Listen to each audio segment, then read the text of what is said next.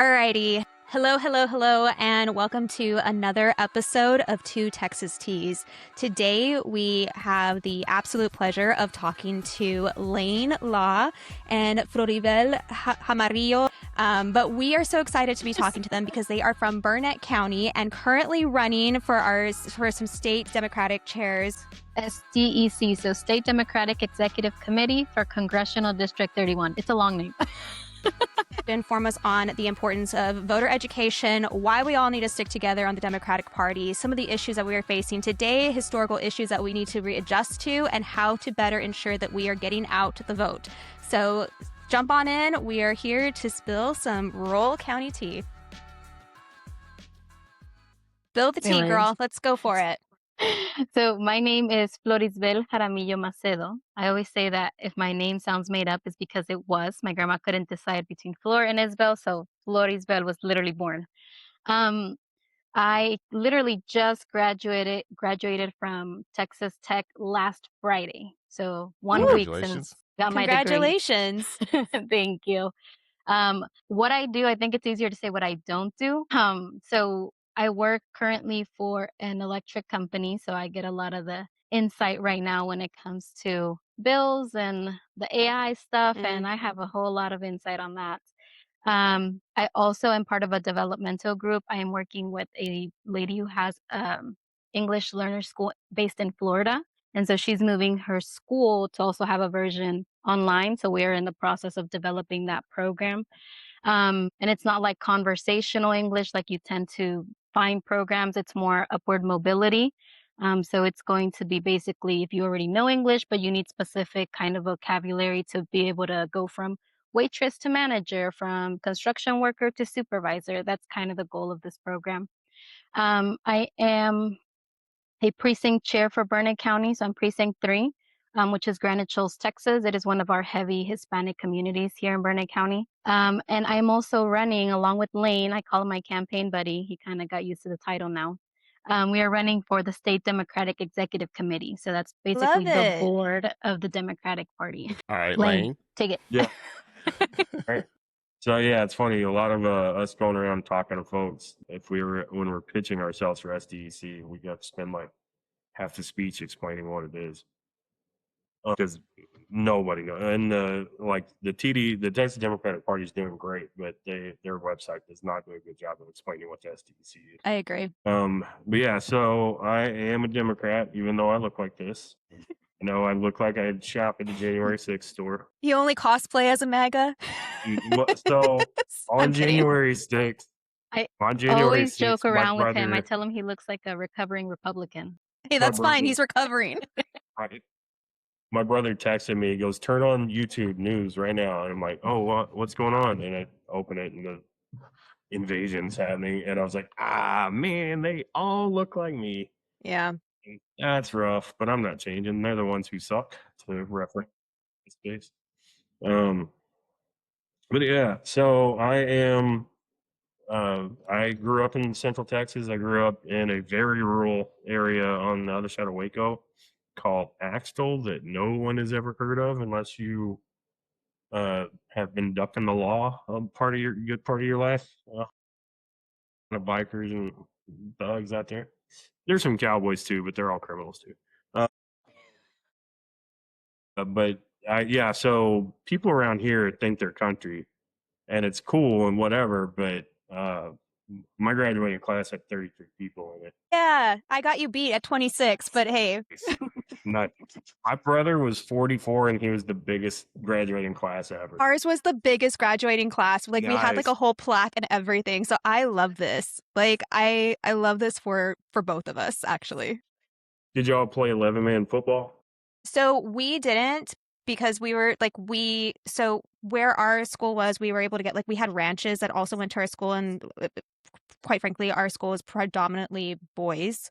And so we had enough I guess like now the way that they have it now is like different, but like we were still a 1A, but we were like 1A big. And so it was completely different, but yes. Back and forth between 1 and 2. Yes. We go back and forth. And now that I think that it's changed, there was actually a school that we used to play that's now 6-man. Nice. Yeah, And we I were just grew like, up. it's because we annihilated all of them and scared them from not wanting to play football anymore. There was a lot of 6-man football schools Yeah. around. And then this girl uh, came, like, I think our sophomore year, she started at Axtel, and she came from a school that, 3 years later, when her class from there, it's a place called Penelope. They had 9 people in their graduating class. Yeah.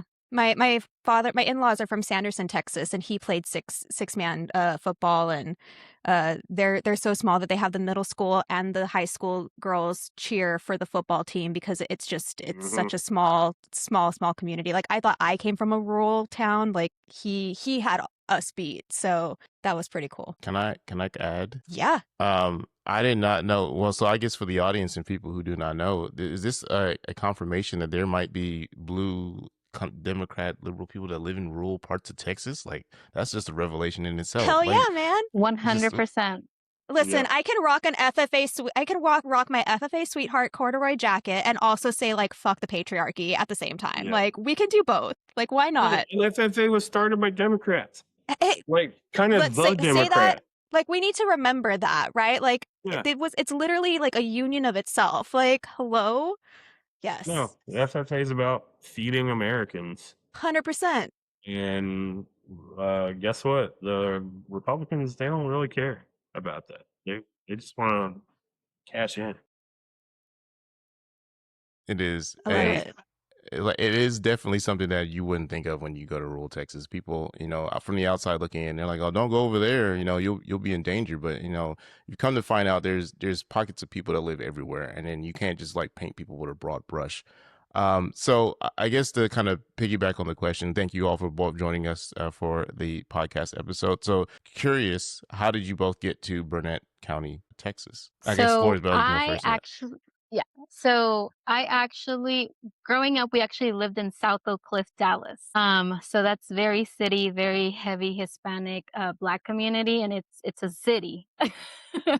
And then my grandpa actually passed away, and my aunt was having a really hard time. So my dad was in Dallas, his sisters were all here in Burnet County and Granite Shoals. And so my dad was like, well, we're gonna move over there. I just want to be with my sisters. We're going through a hard time.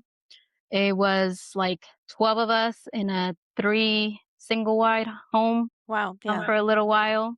And so we went from South Oak Cliff, Dallas with like everything everywhere to like the middle of nowhere, Granite Shoals, Texas. So it was a hard transition. At the time, I actually, unless you know about it, at the time I was actually in Kip Truth Academy. So it's like a charter school Mhm. that was established in South Oak Cliff to like instill this idea of like, hey, go to college, right? Mhm. So whenever we moved, I was like, oh my God, I hate it here. I hate my parents. I don't like it here. I'm like, all these opportunities, I'm not gonna have many more. And I think growing up here, I actually spent my teenage years in Burnet County. So we went from like single white to eventually my parents having a home, and it was a lot, but it was still in the middle of nowhere. Yeah. I went through some like trauma, and I was like, I gotta get out of here. So I ended up in the middle of nowhere in Mexico Wow. with my grandparents because I'm first generation Mexican American, so I have a lot of family in Mexico. What part of Um, Mexico?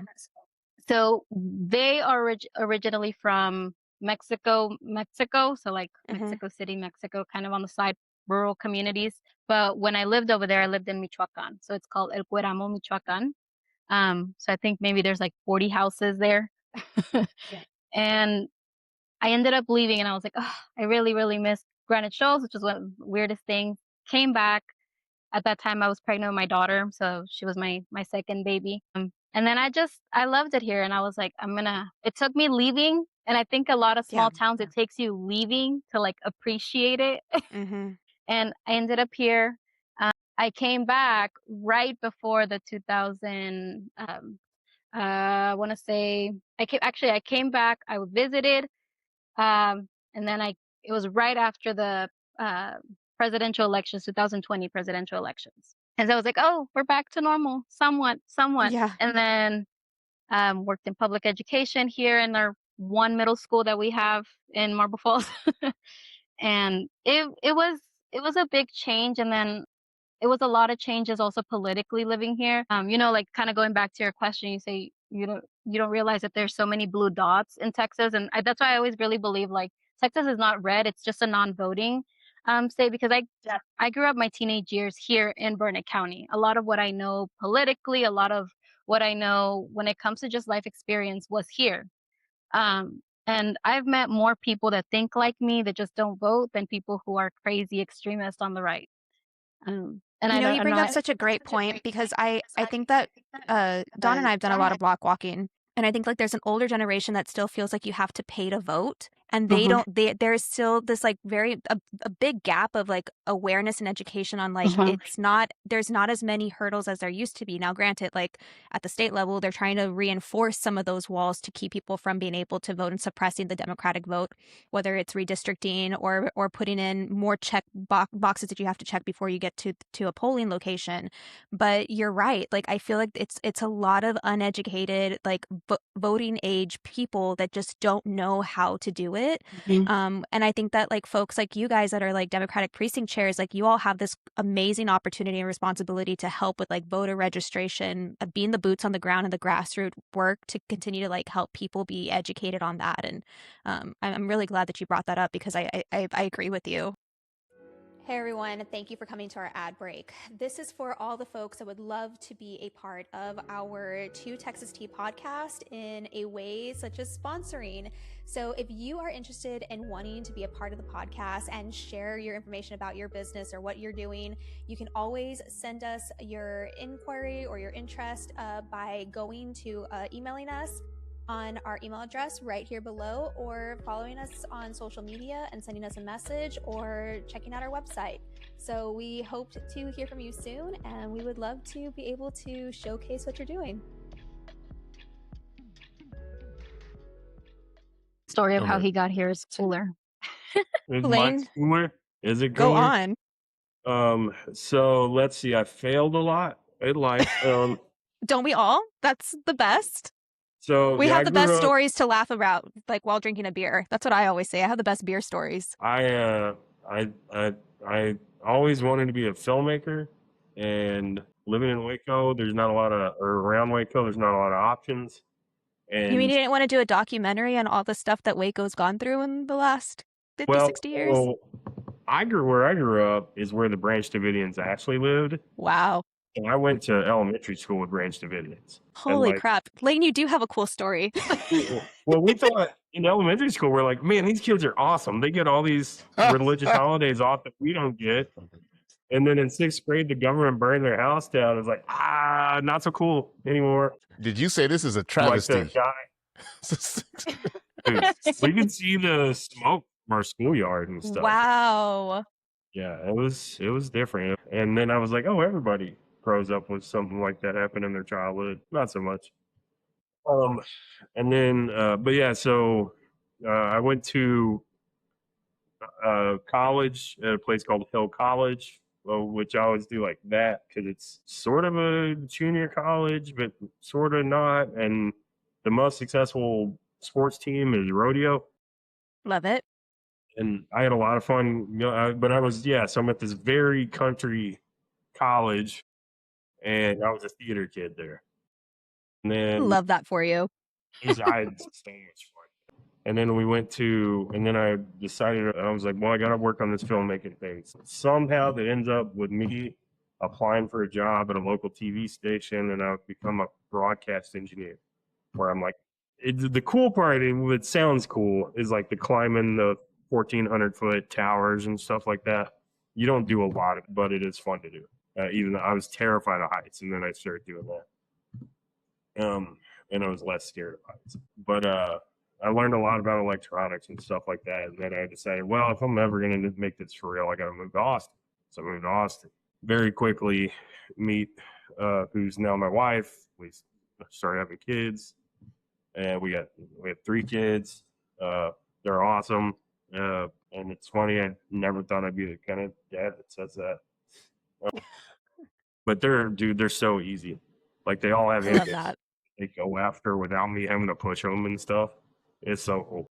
I was not like, I had my ambitions, but I was definitely lazy as all get out when I was their age. but yeah, and then when we started having kids, I was like, you know what? Austin ISD is cool and all, but I don't really want my kids going. I still needed to be close, which I'm not in filmmaking. I've done some cool stuff in that space, but I am an education technology specialist with like classroom interactive displays, systems like that. I designed classrooms for like A&M, K-12 and stuff. But my company or my office is at the time it was in Austin, now it's in Leander. And I was like, well, I got to stay close. So I first moved to Liberty Hill, and then all the back and forth with selling a house and all that, I ended up across the school district line in Bertram, which I like Bertram, the town, way better. But and then, yeah, we thought we were the only blue dots out here, like a lot of people think. Mm-hmm. And then on Facebook, randomly, I saw like a thing about a Democratic club. And I was like, all right, let's go to that. And we went there and we met Guy Stewart is he's our county Outgoing. chair. Yeah, he's our outgoing county. He's been our chair for a while. That's awesome. He has a great record because like when he came in, I think he had like 5 or 6 precinct chairs in a county with 20 precincts, and now we have 17, and we're about to recruit an 18th. Wow. And we now have 21 precincts because they sliced one of them up. But damn, shout out to Stuart for corralling y'all. He's amazing. The lady who's our vice chair now, Roseanne Thornton, she's stepping up to be the chair, and she's awesome too. She's very good with band and stuff, pushing the band software on, as you can imagine, Democratic precinct chairs out here. Let's see, what's the nicest way to put this? Floor and I are the kids. Yep. I am older than Floor's dad. I get it. I get it. I am part of so back, as I mentioned to you guys offline, I'm from Duval County originally, and I got roped in. I'm living in Bexar County, San Antonio, but I still got roped into the Duval County Democratic Party Facebook group. And it is the most wholesome, endearing, precious thing to see a bunch of folks that are like 65 and up trying to figure out how to like organize. And like my county has like, they didn't even know what block walking was. And they were like, I got a call from one of them. They're like, Mija, what are you doing? Why are you going door to door? And I'm like, because I'm trying to get votes. And they're like, well, how do you do that? And I'm literally like on a virtual call with them, explaining to them like the importance of block walking. And it was so cute because for the presidential election, they actually got a bunch of them. They're like all retired teachers, like in their like I'm serious, like 60s and 70s. They were block walking, and I was just so proud of them. But so yes, I can totally relate to that because it's so sweet. Sometimes agitating, but very sweet and wholesome. Yes. Oh, that's the thing too. At our CEC meetings, man, those old ladies love to fight. Oh, I'm sure they've known each other longer than. I just want to say we have our CEC not this Tuesday, next Tuesday, and I can't wait for them to hear you before that. Yeah. Sometimes you just want to pop popcorn and watch it happen. I love it. And we'll laugh, me and Lane, because we're like listening and we're just exchanging text messages while we wait for it to dial down so we can continue. Sounds like Don and I. Don and I are always having like a side chat in the middle of all the chaos. So then what influenced you guys or encouraged you guys to go from like, okay, like Lane, like you mentioned, like you saw this group and you're like, okay, cool, let's go meet allies, right? Like people that think like us, right? To then being like, let's now be part of this like coalition of people that are trying to like be the front line for your community. Like where did you transition into like basically a leadership role? So I have a jokey way of saying it, and I have kind of the more legit version, I guess. Yeah, you got to say the joke. I'll do the joke. It's I like the joke. They always said Barack Obama was the best gun salesman in America, and I definitely think Donald Trump is the best Democrat recruiter because like everything's on fire, and we need people to show up, and people are generally, and that's like a obviously simplified, funny version of it. But like once I saw that there was a structure in place out there, it made me feel comfortable. I had always been kind of interested in it in the back of my head. You know, I'm a big fan of the West Wing and stuff like that. But Mm-hmm. it was funny watching Biden's administration. Every speech there was a little nod to West Wing. Mm-hmm. But yeah, so it had always been kind of there, and then I see kind of how it's set up, and I didn't know how county party structure worked before talking to Guy and Roseanne, and I was like, all right, so what's a precinct chair? They kind of tell me what that is, and I'm like, all right, do I have one? And they're like, no, and I was like, can I be one? And they're like, yes. It's like, cool. Absolutely. Yeah, and so I jumped in. Not 100% knowing what I was still not 100%. Kind of making it up as we go, kind of like this campaign. And Floor talked about that a lot. But yeah, we've had Floor's been with me on a lot of me. We've recruited several captains, usually not for our own precincts. We've been recruiting them for other people's precincts. And No. I recruited two or three, precinct chairs for other. That's awesome. So, yeah, so, you know, by recruit, I mean I ran into him while we were drinking beers at some liberal event, and I was like, "Hey, you live in a place that doesn't." What do you got going on a Saturday night? Mini Nothing golf. great. Come on. Golf, tubing. Talk to Guy and Roseanne. They'll jump in the gang, and we'll be good. That's awesome. A lot of fun. It's been, yeah. Lane can sniff out Kind the beer. of the ad, like, so for those who do not know what a county chair does, I guess Florisbel, for you, how would you describe what a county chair does? And then I guess after we do this question, how do people get involved? Like, if somebody is listening to this and you're like, hey, this sounds like something I would like to do, how do they get involved? Hey everyone, thank you for coming to our ad break. This is for all the folks that would love to be a part of our Two Texas Tea podcast in a way such as sponsoring. So if you are interested in wanting to be a part of the podcast and share your information about your business or what you're doing, you can always send us your inquiry or your interest by going to emailing us on our email address right here below, or following us on social media and sending us a message, or checking out our website. So we hope to hear from you soon, and we would love to be able to showcase what you're doing.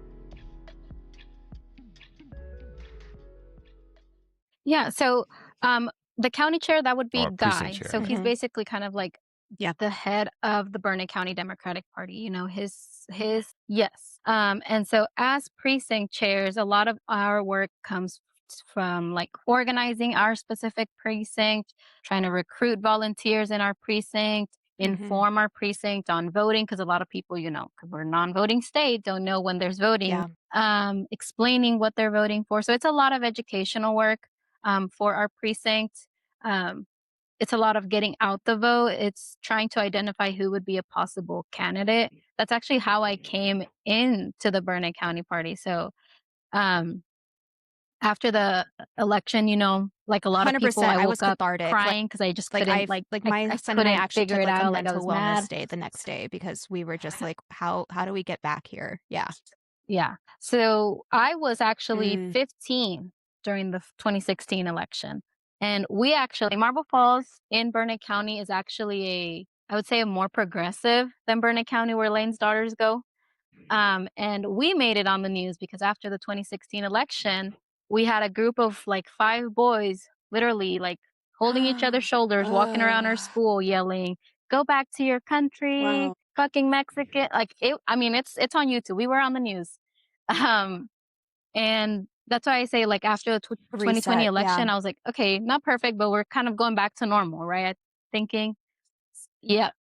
And then after the last election, I was just like, I can't believe it. I can't believe we're there again. Like, I'm Mexican American. At the time during the 2016 election, you know, my parents, they were here undocumented at that point. So during that entire 4-year period, I was just like, every single day, you know, kind of before you walk out the door, hand on the handle, you like turn around, pray, do a little prayer. Like, I hope my parents are here when I get home.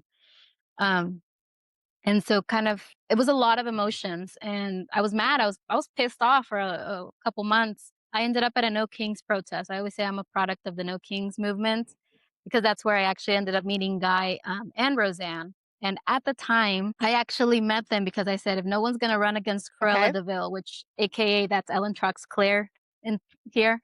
So she's my Oh, rep. wow, A lot of okay. people don't know she's actually the one who introduced the phone ban for Texas. Yeah, I don't like that. I have a life goal of getting her to retire.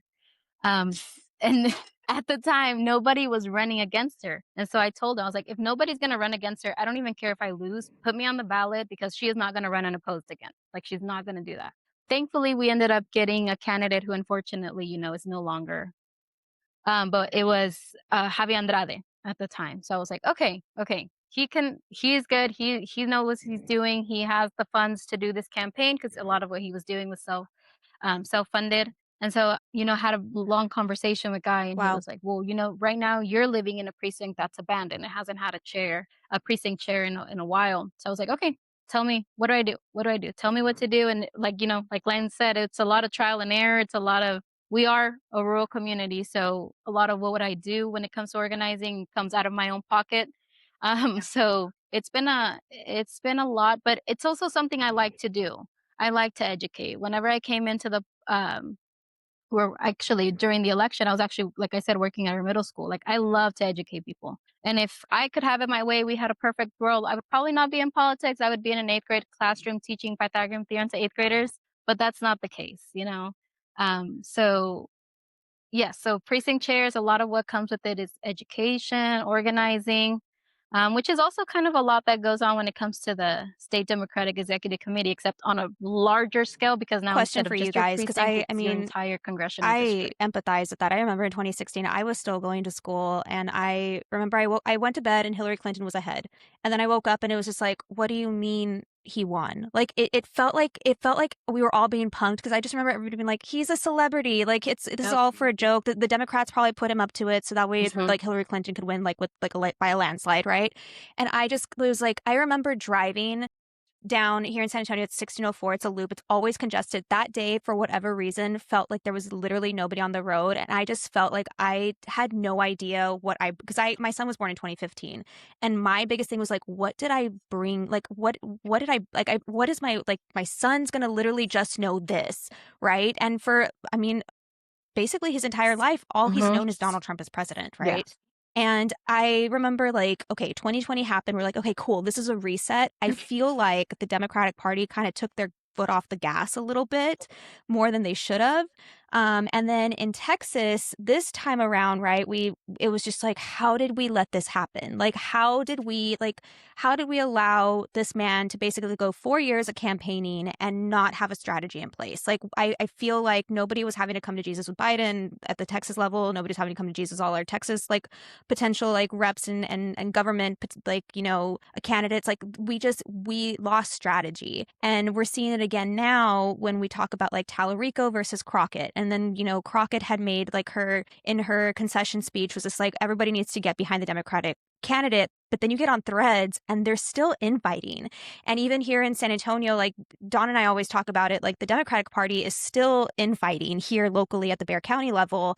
And we see it constantly where it's just like, guys, like, this is how they beat us, because we don't know how to just, like, be tactical and methodical in how we approach these things. Like, right now it's just about flipping red to blue in these seats.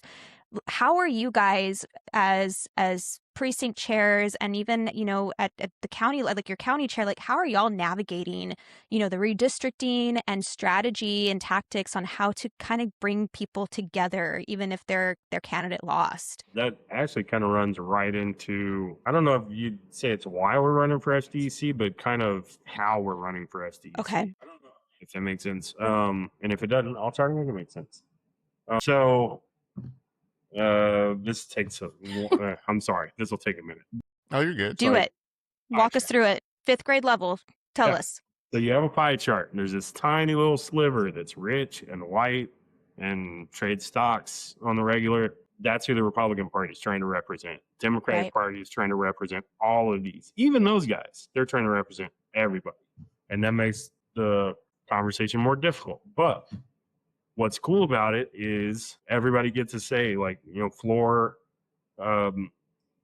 she submitted some really good resolutions to our county convention, and those would be read at the state convention, and they'll get voted on, and they can go up and up and up. And I think the way to mitigate the issue with it, everybody. So infighting happens. It's just a symptom of this, right? Right. But leadership and structure are the ways to deal with it. You're always going to have infighting in the Democratic Party as long as the Democratic Party is doing what it's supposed to be doing.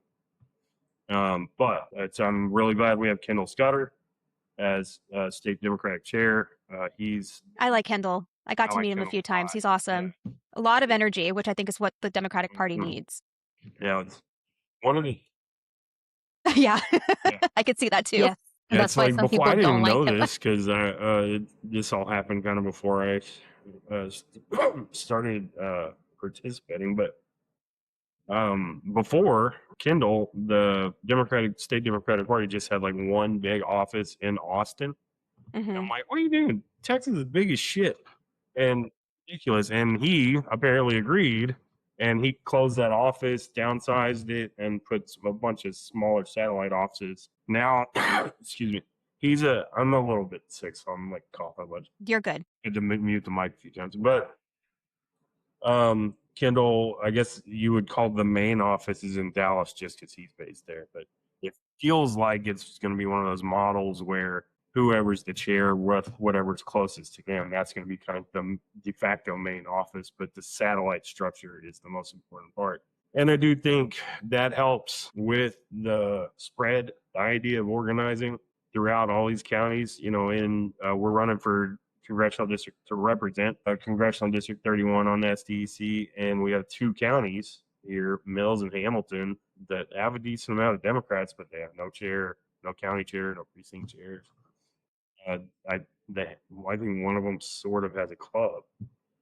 So, the SDEC is mostly about us listening to people in our congressional district and communicating their ideas upstream to the Democratic Party at the state level, right? And that's cool. But I also want to take ideas from the state level Democratic Party as far as like how to organize and how to use van, how to mm-hmm. And I want to, Flora and I, once we win this election, I want to go to Mills. I don't want to identify a county chair. I want to go to Hamilton and identify a county chair. I want to help them recruit precinct chairs.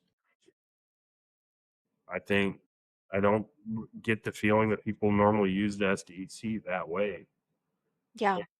I don't know why. It's, I think organizing, not only does it make your Democratic voters, your blue dots, feel like they're represented once they find out there is a structure in place in their area, it also helps more candidates feel comfortable signing on to run in those areas. Mm-hmm. And more candidates means better candidates. Yeah. More voter turnout means more Democrats win. The more Democrats win, the more people in Austin, Texas know how to read.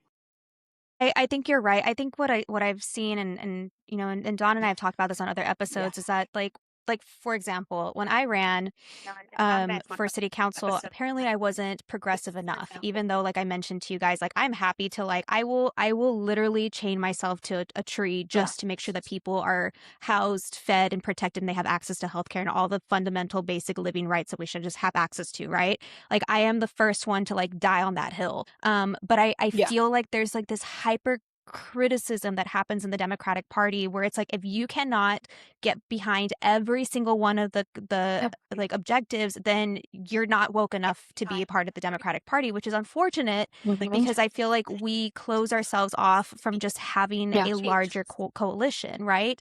And then as a voter, voters feel like, well, no, I'm not progressive. I might be liberal, but not progressive, but not like, or I'm a moderate Democrat. Like we have so many silos of different types of Democrats that even on the Republican side, we don't necessarily like, yes, I think that we have some people that are like your traditional Republican, and then we have like the MAGAs, right? Like we have like, there's extremes on both sides. I feel, but like the Republican Party as a whole has a way of like really giving this like large brush stroke of like, we're all one. We're all united. Exactly. And I feel like on the Democratic side, we're lacking that unison.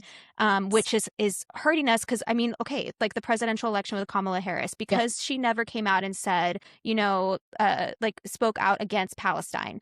Then we had a major young voter demographic that just sat out the election and did not vote. And it was just like, okay, guys, but we can fight with her on this once she's elected. Like, let's just get there, right? My son and I, and he is a brown boy that goes to a Jewish school, and constantly getting calls about some type of anti-Semitic something going on, right? And it is very scary for him because he knows like he has a lot of lockdowns. We went to a Harris campaign rally in Houston because he wanted to go. And if the boy is like, I want to go, guess what? Mama's up at night making cricketing some shirts so we can like head out to go to the rally, because I thought it was so cool that he was the one that was encouraging to go. We had one Trumper with his flag get up on us on a speaker and like did his whole thing and like scared the crap out of him because he thought that he had a gun. Like that's where his 11-year-old brain is going to. And then we had somebody who was protesting against Palestine do the same thing on closer to where we were at, and he literally went into his his active shooter drill trying to get underneath the stadium seat and was freaking out. And I'm thinking like, we're no better than the other party if this is how we're going to be responding to this, versus like having a formative like action based like let's get somewhere and let's use our anger in a way that's methodical. And I feel like because we don't check all the boxes, or a candidate doesn't check all the boxes, then we just end up sitting out. And I see that. I'm concerned about that when it comes to like Talarico versus either Cornyn or Paxton, right? That if we don't get on board and see the greater good and the greater message, we're going to be losing seats and not being able to move the needle forward the way that we want to, because it's more than just a presidential vote. We have to have the majority in our Senate and our Congress. Like it's the bigger picture that I feel like we're missing here as a Democratic Party. And what you guys are doing, I think is amazing, because you realize like Texas is rural. The rural counties are the ones that are actually making the decisions for the greater good of the state, because the metro cities, they're blue.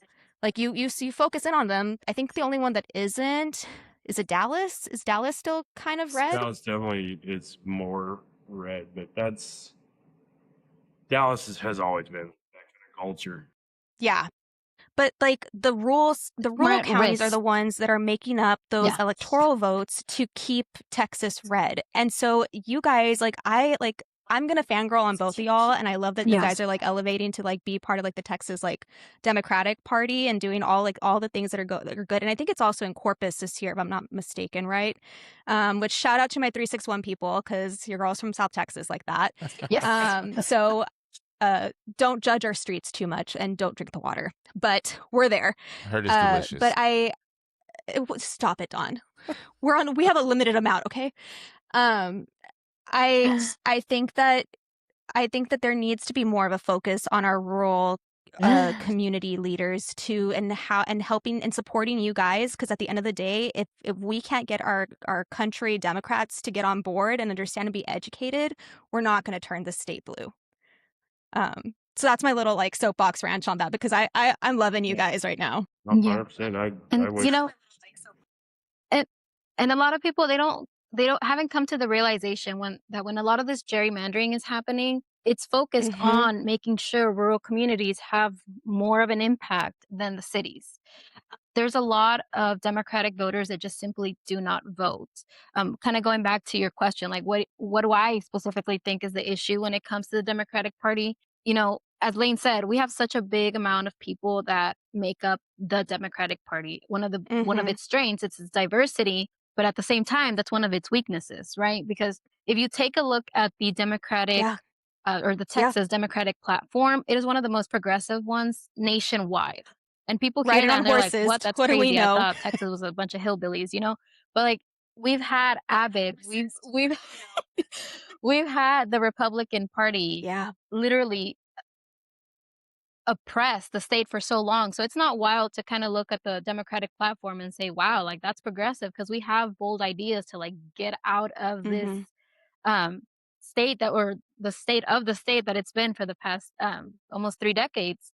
Now, I think that in addition to, I I think there's two issues, right? One, it's 100%. the purity politics, right? The loyalty. I think the Democratic 100%. Party nationwide has a big issue when it comes to loyalty politics, right? Um, it's either whoever has been in office, that's whoever gets it, and then if you're new to the club, it's like, oh well, but we really like this person more. Another one when it comes to loyalty politics is the city staying with the city.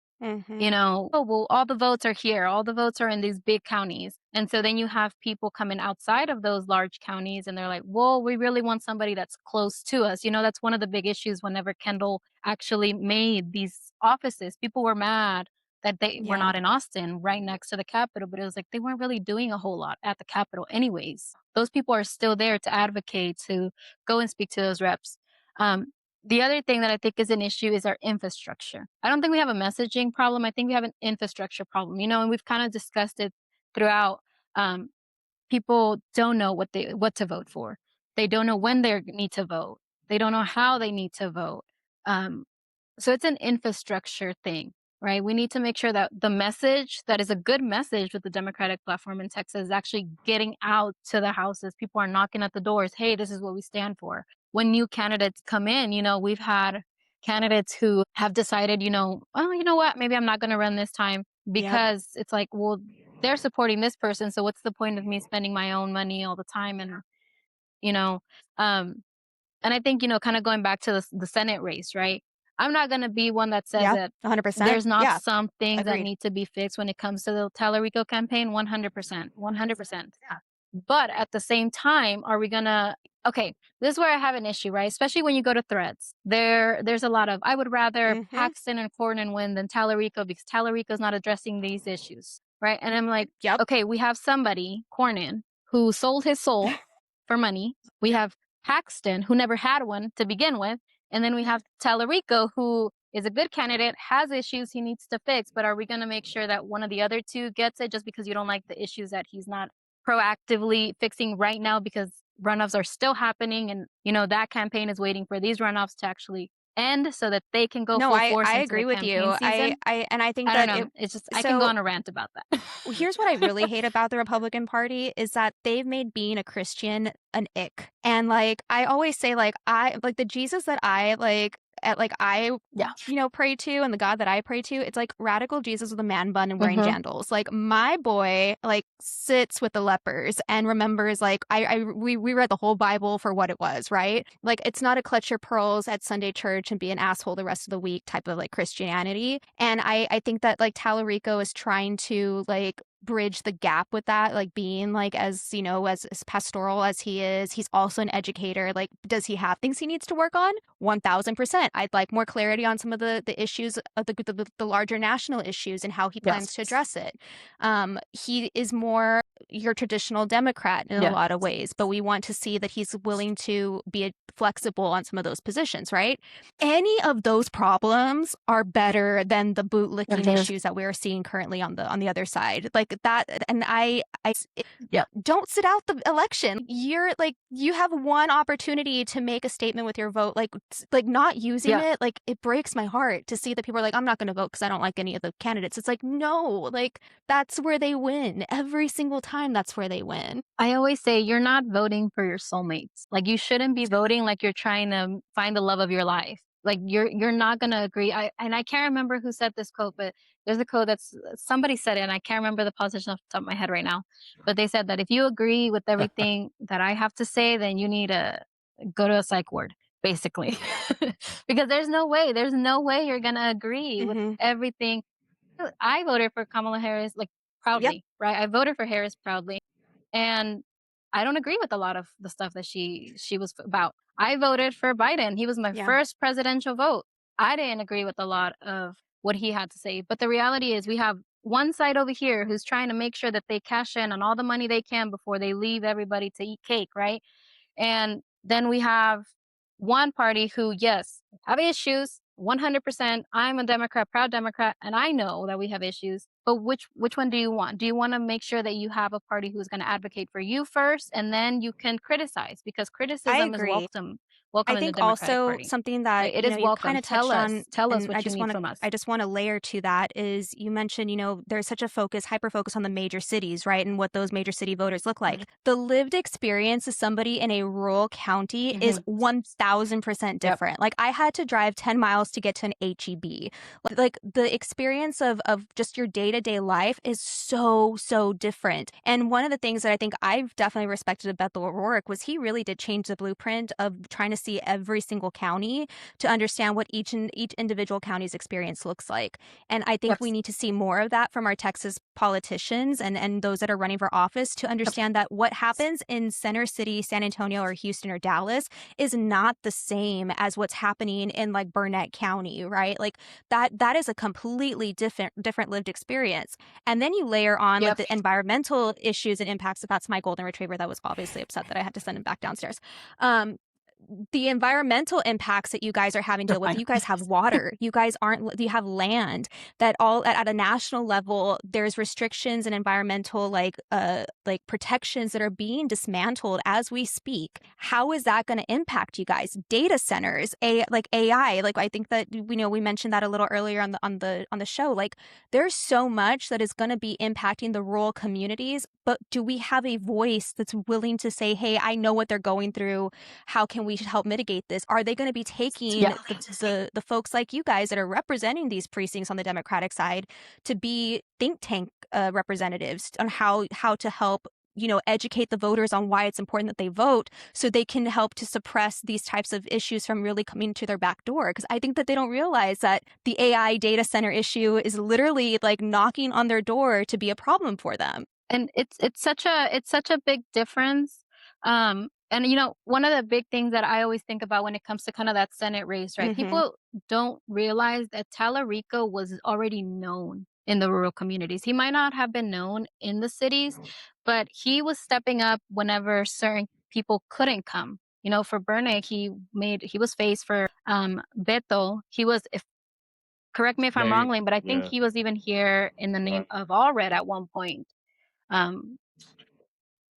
So he was literally, when he was a rep, big candidates were sending him, hey, I'm coming in the name of this specific candidate. So a lot of the times and again, a lot of the gerrymandering, a lot of those maps, they're done so that rural communities can have more and you guys voice have an indigenous community too. White. They tend to be white. Your county also has indigenous communities also. Like they that tend also to be are like voting. in fear of lack of representation too. Like there is so much, like your county in particular is so diverse of like what needs to be protected.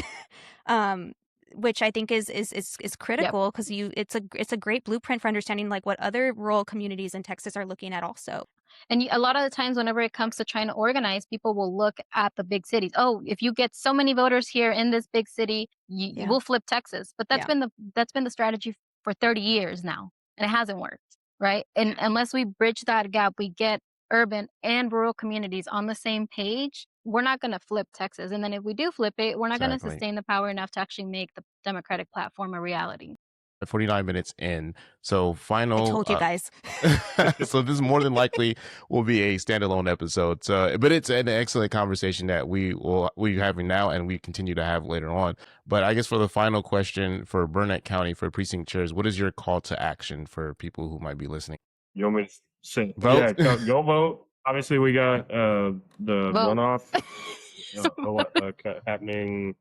Was it June? I already voted, so I forgot the normal day. But we got that. We have get out to vote is really, we're going to be hitting it hard after the convention happens at the end of June. And so from that point on up to November, get out to vote is going to be all we're talking. Everybody in the Democratic Party, we're going to need people to block walk. We're going to need people to phone bank. We're going to need people to text bank. And obviously there's the individual campaigns like, Talarico, whatever, but your, local, don't forget your local campaigns. That's kind of, Flora mentioned Javi's race. We kind of just rookie mistake, excuse me. We didn't focus on that enough because everybody, the Senate race is sexy. The government race is sexy. And so we need people to jump in now. What they can do is they can, like Flora and I are both on social media, and I've been telling people on threads and stuff. Like, listen, I don't care what county you're in Texas. If you don't know your local party and you are having trouble finding them, hit me up on threads or whatever, and I'll get back to you and I'll see what I can find. We have numerous resources to try to find it. Now, if you contact me and I find out you don't have party structure in your county, I'm going to start talking to you about starting. I was going to say, you're going to recruit them. Yeah. I was like, hey, you want to be a county chair? And, I love it. Yeah, man. So that's, just building up the team. I guess I got my slogan. Floor likes me to say my slogan. That's jump in the truck. We got blue dots to connect. Hey, I love it. There you go. That's awesome. Now, so that will. Oh, go ahead, Flores. Oh, I apologize. I guess mine, like I said, vote. Like you have to make sure that you're voting. Try to get in contact with your county party, county clubs. Me and Lane's daughter are actually in the process of beginning a Young Democrats club here in Burnet. So she's my precinct. She's amazing. She'll be president one day. Awesome. Yeah. Find. I would say one of the big ones is find a candidate you really like and just dedicate some time to that candidate. If you can, donate to those candidates because campaigning it's not cheap. Me and Lane are doing this campaign fully funding ourselves, and our budget is our bank account, and our bank accounts aren't big. Find a candidate. Yes. Find something that you really, really like. Find an issue that you really like. Find an organization, whether that be an in-person organization, something online, which is, one of the good things about living in this century is if you can't find it locally, if you can't find it in the nearest city near you, there's going to be a version of it online at this point. So just find a way to stay on the loop, whether that be with the candidate, whether that be organizations, whether that be with your party, whether that be just online, trying to educate yourself, trying to educate other people. Because, I'll keep saying it, Texas it's not a voting state. People don't vote because they don't know who to vote for. They don't know why they're voting. They don't know what anything that they're voting for is going to actually do for them. That's why you have people running for city council talking about immigration like they can do something on when that's a federal thing. Yeah. And because, a lot of people, they don't know that a lot of what is happening, as a Mexican American, a lot of things when it comes to ICE, it's not new. It just happened to make it to the news now. So just find a way to stay involved and help us finally flip this state so we can actually do something and bring back the power to the people where it belongs. We will definitely include the links, helpful links, resources in the show notes. Well, there you have it. Thank you all for joining us on another episode of the Two Texas Teas podcast. If you want to get involved, if you want to learn more, there will be links and information in the show notes. And also, if you just want to check out more about what's going on in the Two Texas Teas, go to our website at twotexasteas.com. And there you can look at other podcast episodes, learn more about the guests. And if you want to buy some merchandise, you can. But thank you all so much. And thank you, Florisbel. Thank you, Lane, for joining us today. And we will see you all in 2 weeks. Peace. Thank y'all. Bye, guys. Thank you so much. Thank you all. Thank you so much.